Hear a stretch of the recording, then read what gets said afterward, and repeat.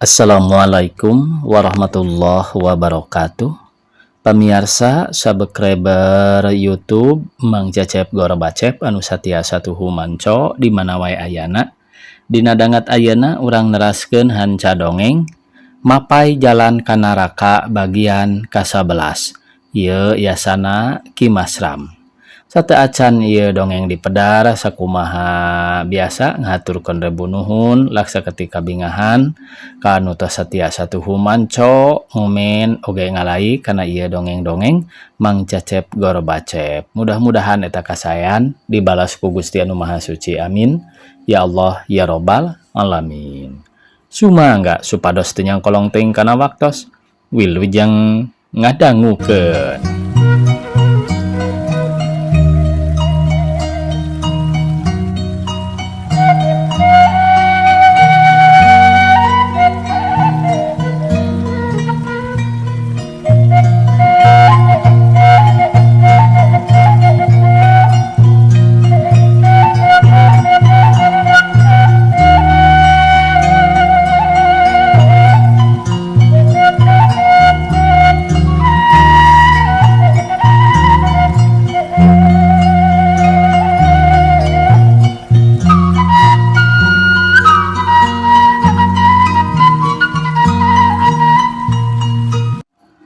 Tah ayeuna kieu mar dewek boga rencana anyar nyaeta dewek rek ngaleungitkeun si Parman teh alam dunya ieu supaya sakabeh raja kaya kolotna bisa kapimilih ku dewek sorangan.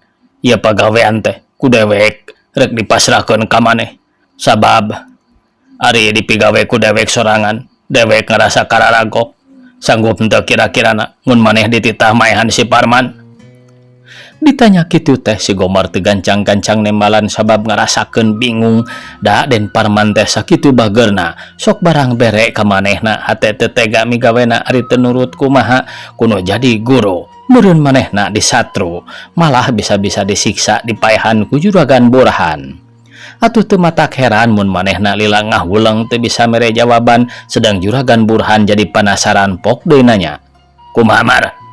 Daek maneh teh atawa henteu? Sok ngajawab mentong ngalamun gitu." "Sumuhun, kedah kumaha abdi teh?" Cek si Gomar katempo maneh ngadeg-deg. "Make jeung nanyakeun deui sagala. Nya teu kadenge sakitu dewek ngomong tarik teh." Juragan Burhan nyentak tina ku geus teu kuat jengkel. "Sumuhun, mangga Juragan Guru, kedah iraha abdi midabalna." "Poe ieu keneh kumaneh kudu diberesan. Ala jiwana si Parman, tapi awas kudu rikip. Ya Rusia ulah nepi ka bocor keluar. Lamun nepi ka bocor keluar, ulah sambat kaniaya. Maneh kudu narima sagala akibatna. Sakitu tugas ti dewek. Ayeuna keneh maneh indit ka maleber." Tembal Juragan Burhan. "Sumuhun, mangga Juragan Guru." "Ye gara indit, rek ngadaguan deui naon?" Mangga." Jung si Komar cangkat nangtung geus teu loba omong deui koloyong kaluar. "Mawa bedogna henteu?" "Ngabantun." Jig sing hasilnya lamun geus beres buru-buru babejade ka dieu." Si Gomar ngagedig lempang menis segut semun nurusuh sanajan hate asa-asa manehna tetep rek ngajalankeun parentah nu jadi guruna kep bedog nu gaplok dina cangkengna dicekelan. Demi harita di maleber ka tempat tepati rame kabeneran deui Den Parman aya di imahna keur diuk ditepas hareup beri semu nu ngalamun. Memang harita teh Den Parman keur tegarana hate siga nu geus terus rasa hatena teu boleh gegebegan marmir aya wirasat goreng. Nakunaon ieu hate teh gegebegan wae tara-tara ti sasari bet jadi kieu biasana lamun kieu teh sok aya kajadian anu teu diarep-arep sok cilaka cenah ari cokolot mah nah nya kitu aing teh bakal manggih balai atawa aing bakal kena ku musibat moal kitu bakal aya nu ngaganggu ka aing. Tapi saha deui pijalmaana anu wani kitu. Si Komed moal rek luas ngagugat. Puguh deui ari si Ahmad jeung si Rukmini mah da geus malodar. Kumaha lamun Mang Burhan rek hianat? Moal daekeun ceuk pangrasa mah moal daekeun ceuk gerentas hate Den Parman bari gogodag bingung. Jeung ieu deui surat-surat segala make eueuh sagala asa ku teu kaharti piraku eueuh teu pupuguh aing bat jadi curiga ka Mang Burhan Sanunya ho Mang Burhan nyumputkeun. Da mustahil ari dicokot ke si Ahmad mah. Moal ieu mah pasti ku Mang Burhan. Manehna hayang loba sorangan, metak ngajalankeun kalakuan rupa kieu. Manehna menang loba sedengkeun aing saeutik. Nah asana teh ngarareunah teuing lamun nya Mang Burhan boga laku kieu. Aing ngorek sieun-sieun jeung hareupanana kajen teuing Mang sorangan ari curang mah wajib diberesan. Aing moal serab ku kajagoanana. Keun teh ayeuna ku aing rek disilidik. Lamun bener kabukti aing rek minta tulung ka batur. Pira aku eueuh jago nu daekeun. Asal buruhna wae teh aing gede. Moal rek kagok aing rek ngondang para jawara. Lamun aing unggul eta artina aing bakal jadi beunghar sorangan. Kitu lamunan Den Parman nu akhirna boga niat rek ngalawan ka Juragan Burhan mangna. Jung Den Parman nangtung kop kana rokok nyokot sabatang cekes. Paneker dihurungkeun, rokok disundut pelenyun udud semu nu nikmat. Keur kitu torojol si Gomar datang ret ka Den Parman direret gebeg ngagebeg. Ngadadak manehna ngelapar, hate jol teu wae curiga. Ari si Gomar lempang semu tenang teu nembongkeun sikap nu matak nyurigakeun. Sabiasana wae manehna mah surah seuri malah moy. Tuh angkat-angkatan Den. Cuk si Gomar teh kajauhan keneh oge manehna geus nanya. Nyali Raden. Kamana ari Mang Burhan? Aya we di bumi. Nah tuh teu barang ka dieu.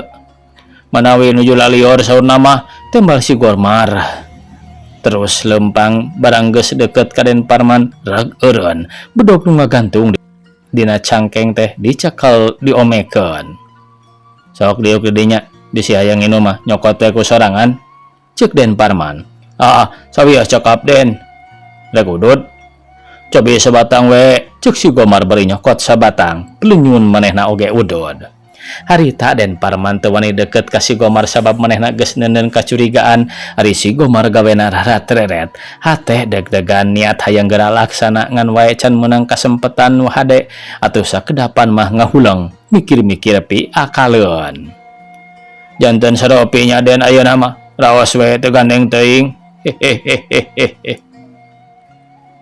Keung pu Gomar komo lamun peuting geura we imah sakieu legana. Cicing eueuh batur. Milari rencang we atuh Den. Kagok Mar, kajen boga pamajikan sakalian lah. Pugu-pugu aya nu ngeukepan ari peuting. Semohon upami maksad kitu mah di abdi oge aya istrina. Aya istrina mah jempol Den, orisinil keneh deui. Urang mana Mar? Ciborom Den. Gelis henteu euy. Tanggal waler jang jisip we lah ieu mah. Bisa ditempo henteu. Kantenan we atuh Den. Bilih bade ayeuna oge mangga ku abdi dijajabkeun.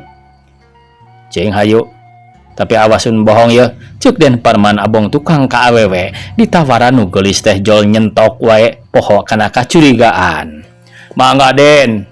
Tembal si Gomar atoheun. Ke dewek rek diselin heula. Ratu euy ka awewe kikian mah suga pisan nu ripuh. Ari kitu mah gagah pan bisa nyedot. Laras kada kitu Den. Koloyong Den Parman asup ka jero jeung si Gomar oge nangtung rek nuturkeun ka jero. Barang nepi ka kamar reg si Gomar ngarandeg ngadagoan. Enggal atuh Den supados anjing keneh. Heula sok ngarurusuh harina naon teh. Tenang we atulah segala rupa teh kudu rapi. Ceuk Den Parman ti jero kamar jongjon dangdan malah make bedahan sagala. Dah yang gandang kapake kudu geulis nu disebutkeun ku si Gomar teh. Beh mana di Ciberemna teh Mar? Palih kulonon palih wetaneun kebon kopi Den. Geuning aya gedong nu mayun ngaler. Oh eta bener euy. Bener dewek ge pernah manggihan di dinya. Di dinya teh aya awewe geulis. Geuning awewena teh jangkung leutik eta lain Mar. Semohon eta sok atuh enggal Den. Ceuk si Gomar teu sabar siat bedog dilugas. Siap rek dikadekeun ka Den Parman nu arek kaluar. Ari Den Parman tenang pisan saeutik oge teu boga curiga. Enggal Den. Oge geus euy. Ceuk Den Parman bari koloyong rek kaluar deui. Barengan pisan jeung Den Parman ngalengkah keluar. Yuk si Gomar nyabetkeun bedogna ngarah kana beheung Den Parman. Lamun kuno atah-atah pangarti mah bororah bisa nyingkahan datangna bedog nu sakitu cepetna ku ngalayangna oge biheung bisa dikanyahoankeun. Tapi untung Den Parman cukup elmuna sakicep geus bisa nganyahoankeun ayana bahaya. Atuh teu loba pikir deui kesit Den Parman dongko celeb bedog si Gomar nyabet tihang panto. Nanaonan ieu teh Gomar? Cek Den Parman bari luncat keluar ke tempat nu lega. Nu ditanya henteu nembalan kalah jamadud bari banget eceuy beureum huntu kekerot. Seret bedog dicabut deui tina tihang panto. Serog maju ngadeukeutan Den Parman. Gomar, kunaon maneh teh eling euy henteu? Hah? Bet kawas nu ngadadak edan. Lamun dewek teu kesit, bisa-bisa sira dewek ngagulutuk. Jeung aturan atuh euy. Heureuy teh ulah kaluwihan teuing. Cek Den Parman. Hehehe. Lain heureui ieu mah, tapi saenyana dewek kudu ngalah nyawa maneh ngati. Tembal si Gomar mending ngadeg-deg. Keke asa teu kaharti ku dewek mah. Kunaon maneh teh? Eling teu? Lain nu gelo deuleu dewek teh. Haringgeus, kunaon atuh make rek ngabinasa dewek? Heureui eta teh atawa nyaan? Memang nyaan, jeung si Gomar eueuh heureui. Yo bisi teh nyaho maneh teh pelit, curang, nyumputkeun surat-surat segel. Nu sakuduna dibagi dua jeung juragan guru. Tah ku sabab kitu juragan guru teu panujon nyanitah dewek sangkan modaran maneh. Ayeuna tong loba omong kadieukun surat-surat segel nu sawarehna dibikeun salamet teu dibikeun cilaka. Buru sia, buru jawab sia, omong si Gomar. Gebeg Den Parman ngagebeg barang ngadenge omongan si Gomar kitu teh paingan ti samemehna nenden kacurigaan. Geuning kitu kabuktianana manehna geus ditipu, ayeuna rek dicilakakeun. Den Parman ngalaper nyel nafsuna bijil amarah ngaheab serog pasang kuda-kuda. Kurang ajar setan, na dikira kumaha dewek teh? Dewek lain si Ahmad atawa si Rukmini nu beunang diolok di ala jiwana. Yo dewek si Parman marek sieun kudu rupa kieu. Sanajan si laing pinter, sanajan guru si laing jago, dewek teu sieuneun. Si laing sorangan mah kagok hayang nyaho we jeung guru si laing ka dieuna. Dasar jelema jahat geus dibere omber oge kekeh hayang ngokop, hayang ngawasa sorangan. Dongko sabaraha si laing teh ha? Gede meureun nya. Da eta nepi ka poho kana hubungan jeung dewek. Si laing teh poho deui kana kahadean dewek. Nu ase dipulang sangit lamun kieu mah, ceuk Den Parman. Gandeng Parman, tong loba omong. Dewek geus teu sudi ngadenge omongan si laing ayeuna mah. Geura siap-siap pikeun indit ka neraka. Geura papatkeun jampe kojor, geura sambat indung bapa. Tetela, bener-bener si laing teh rek ngalajewa dewek. Teu jadi halangan, dar kumaha karep si laing. Gitu, alus eta tandana wani. Si Gomar nyerengeh seri barang nenjo Den Parman pasang kuda-kuda teh katempona mani siga nu nguntup pisan. Srok manehna maju ngadeuketan. Heat si Gomar loncat tarajang bedog ngalayang sorana ngahiuk lirbang bara maksud rek ngarah kana beheung Den Parman. Tapi harita Den Parman teu eleh kesit samemeh bedog si Gomar nepi kana awakna leuwih teu heula manehna undur ngajauhan. Atuh bedog si Gomar ngahiuk kadek angin ku ayeuna kitu. Angot nafsu si Gomar beuki ngagedur amarah ngalentab-lentab panon beureum huntu kekerot. Celeng deui manehna loncat ayeuna bedogna disabetkeun ka handap rek ngarah kana suku. Oroh kaya Den Parman teu kapalingan kesit luncat ka luhur. Berat bedog si Gomar ngababat kursi nepi ka pasoleng krah awut-awutan. Puguh kasabet ku bedog seukeut. Si Gomar begancang malik hiuk bedog disabetkeun deui. Gilak Den Parman ngakiwar bari leungeun sakilat ngarawel pigelang leungeun si Gomar. Kap benang. Puguh si Gomar ngarangkog bari rek narajal tapi Den Parman mah leuwih pageuhnya kelanana. Sageus kacakal kitu teh maksud Den Parman rek terus ngonci ngan wae tanagana teu nguntupan kalah sabalikna malih kasered ku si Gomar. Sanajan kitu leungeun si Gomar teu dilesotkeun. Tetela dina tanaga mah Den Parman asor bukti terus kaseret kaplengan si Gomar nu hiji deui kana cangkeng Den Parman. Niatna rek terus ngabantingkeun tapi Den Parman gancang surti sup suku katuhuna diasupkeun kana lolongkrang suku si Gomar. Teu micen kasempetan harita keneh suku diobahkeun berat ngababad suku si Gomar atuh borengkal kuda-kuda si Gomar awut-awutan bluk labuh nangkuban bareng jeung kitu Den Parman kesit ngarebut bedog. Ayeuna Den Parman nyokel bedog hiuk dikadekeun kanu keur gogorentelan tang ngadek ubin. Tetela si Gomar pinter lain bobodohan bukti sakitu keur aya di handap manehna teu kabeunangan. Setan alas pinter si lain teh nya ceuk Den Parman beuki ngagremet kalawan henteu jeung ijiran manehna terus ngahanca si Gomar. Diserang kitu teh si Gomar teu loba obah ku ngagorentelkeun awak wungkul serangan Den Parman geus bisa disingkahan. Hiu hiu Den Parman nyerang terus gorentel celep bedog ngahakan suku korsi. Korejat si Gomar cengkat cepet lir kilat manehna balik nyerang. Dak Den Parman ditajong puguh maning adanghak malah terus nyarande kana tembok sedang bedog lesot tina cekelanana nancep dina suku korsi. Serog dua nana pasang kuda-kuda sarua lemor teu mawa pakarang kulincer si Gomar ngulincer panon seukeut lir mata heulang rek nyebat anak hayam. Sebrut si Gomar narajang perep bulod ditujukeun kana irung Den Parman. Lap Den Parman dongko bareng jeung kitu manehna ngasupkeun leungeun rek nyodok beteung si Gomar. Tapi si Gomar ngarti gancang pisan ngakiwar berat sukuna ngajejak ke dada Den Parman. Bluk Den Parman nangkarak karasa engapanana engap panon oge molotot. Mireungeuh kitu si Gomar terus nubruk hak nindihan awak Den Parman. Cebet cebet Den Parman dihancak puguh teu bisa kumaha banget nyeri asa pasiksak sedang getih ngucur tina irungna. Gara bodi si ayo cek si Gomar bari kapbeung Den Parman dicekal. Hak aduh Den Parman ngarahuh engap lain dikieuna panon molotot letah ngelel. Modar si ayeuna mah modar. Karawak leungeun Den Parman nyoba nahan leungeun si Gomar nu eulit dina beheungna tenaga ditakar pikeun ngudar cekelan si Gomar. Dina kaayaan nu sarupa kitu Den Parman bener-bener aya dina bahaya manehna sadar yen lamun teu bisa ngudar leungeun si Gomar harita jiwana teu katulungan kusabab kitu satekah pola Den Parman ngayakeun perlawanan. Gancang sukuna dipedol ka tukang hak dipake nunjel beteung si Gomar. Kalawan dibarengan ku sasatanagana nu aya berat si Gomar dicejak bari cekekanana di udara. Atuh juralit blok si Gomar ngacuralit ka tukang kasempetan eta gancang pisan digunakeun ku Den Parman. Koreja cengkat sok deui pasang kuda-kuda mani hati-hati pisan.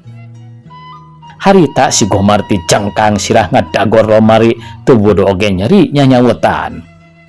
Pajajaran ngomong si Gomar bari kekerot serok deui ka hareup ngadeuketan Den Parman. Ari Den Parman mimiti marah mirekawani ngaleungit hate ngariwet leutik geus teu untupan pikeun terus ngalawan si Gomar. Tapi manehna bingung kudu kumaha cara nyalametkeun diri. Mun lumpatang tu diberi minta tulung ka saha puguh eueuh nu wanieun ari ka si Gomar mah kabeh urang dinya pada gigis pada sieun. Parman sakali deui samemeh bodar si laing dewek rek nanya rek dibikeun moal surat-surat nu sawarehna deui teh atawa moal cek si Gomar bari terus ngadeuketan panon seukeut ngalengkah oge sigana teh meni diatur pisan. Dewek mah teu nyaho nasi laing tetep percaya ka dewek tembal Den Parman ngadegdeg. Ngontong balasan sia dewek nyaho eta surat teh disumputkeun ku si laing. Lamun bener ku dewek disumputkeun meureun ku si laing jeung ku guru si laing kapanggih. Mun aya di jero imah ieu mah piraku make teu kapanggih bisi wae panasaran pek teangan deui. Dewek moal rek capek-capek neangan nu penting rek dibikeun atawa moal ku si laing teh Nah nu kudu dibikeun da dewek mah teu nyaho tembal Den Parman. Jadi si laing teh rek milih modar. Ayeuna ku dewek dikirim ka neraka. Celeng si Gomar luncat tina kacepetan nu hese dituturkeun ku panon biasa sukuna ditajongkeun teu kanyahoan deui dak nyayang kana gado Den Parman curalit bro wae nang kuban kakara oge Den Parman rek hudang trak sirahna disabot ku suku si Gomar atuh bro deui rubuh tetenjuan kararoneng bumi alam asa muter aduh Den Parman ngutahkeun getih kulokok masihan ubin karawak si Gomar dicebang cebrod terus dihanca nepi ka sosolontodan kawas nu salaton kanyeri mah geus teu puguh rasakeunana kubrag nyurungkeun kana kursi tapi ku si Gomar teh diantep berat di siku curalit aduh cenah mentang udah aduh sia rek dibikon atawa moal cek si Gomar marin hulak cangkeng Den Parman teu nembalan manehna api-api nu ripuh lalaunan ngadeukeutan kursi barang si Gomar nyamperkeun cepat kursi teh diangkat terus ditinggangkeun ka si Gomar atuh puguh si Gomar maning ngoceak dan teu nyangka teh si Gomar rubuh bari hahahuhu ku tarik-tarikna tanaga Den Parman nepi ka manehna teu bisa hudang suku asa potong sirah bonconor segede endog ditinggang ku kursi jati kitu atuh yuhan teu paeh ge alah cek si Gomar esod-esodan ari nafsu mah gede rokaya teu bisa kumaha gandeng sia ayeuna dewek bebas cek Den Parman bunga dumeh boga kasempetan keur kabur dari ngalawan mah teu untupan berebat lumpat ka kamarna terus mukakeun lomari nyokot duit keur bekal di jalan geus kitu mah gancang kaluar deui bari pok ngomong ka si Gomar bejakeun ka guru si lain si Parman teu suka dihianatan kieu sabab dewek teu masa nyumputkeun surat-surat segel ieu mah alasan guru si lain supaya dewek teu boga bagian bejakeun si Parman moal cicingeun kitu jeung moal sionon setan alas pajajaran modar sia cuk si Gomar bari nyambut peso tina beberna siap dibaledogeun ka Den Parman lep Den Parman dongko peso nancep dina panto tong lompat sia cek si Gomar maksakeun hudang niatna rek newak Den Parman tapi Den Parman teu bodo manehna gancang luncat kaluar terus lumpat ningkahan bahaya setan mentong lompat jurig benar lamun benar hayang modaran dewek mah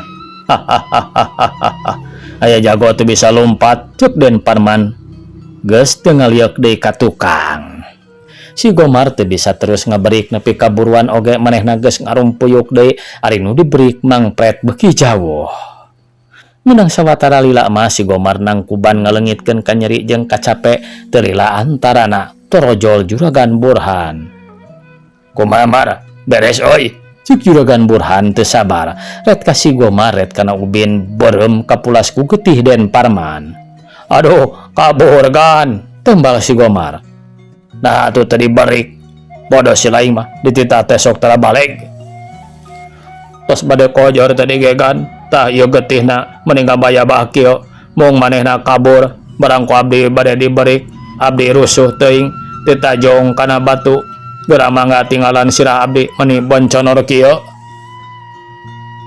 nya eta goblok gari kitu teh ka mana kaburna cuk Juragan Burhan ka kulon kan balat si lain mah Gomar dikagok-kagok kali gawe teh sugan tadi si Parman ngomong naon sumuhun saurkeun cenah ka Juragan Guru dewek teu sieun dewek teu suka dihianatan kieu antosan we saurna teh engke aya pembalesan kurang ajar budak pentil geus wani lancang kitu mun seuk aya diparioskeun bohongna tah mangkeluk teh coba teangan ku si lain manawi parantos ganteu ka pendak engke teangan deui bawa barudak kabehanana asruk kudu nepi ka beunang cek Juragan Burhan sumuhun mangga engke wae sakadap deui sun abdi bade ngumpulkeun heula barudak jig bejaan kabeh jeung bawaan barang-barang nu aya di imah dewek bawa ka dieu sebab mimiti poe ieu urang pindah ka dieu keun perkara si Parman mah moal daekeun ka dieu dan Juragan Guru teh bade ngalih ka dieu kumaha upami cek si Gomar teu kebat dewek tanggung jawab kana sagalana saha nu rek ngagugat ahli warisna geus aroboh tinggal dewek sorangan nya dewek nu wajib miboga nu wajib nyicingan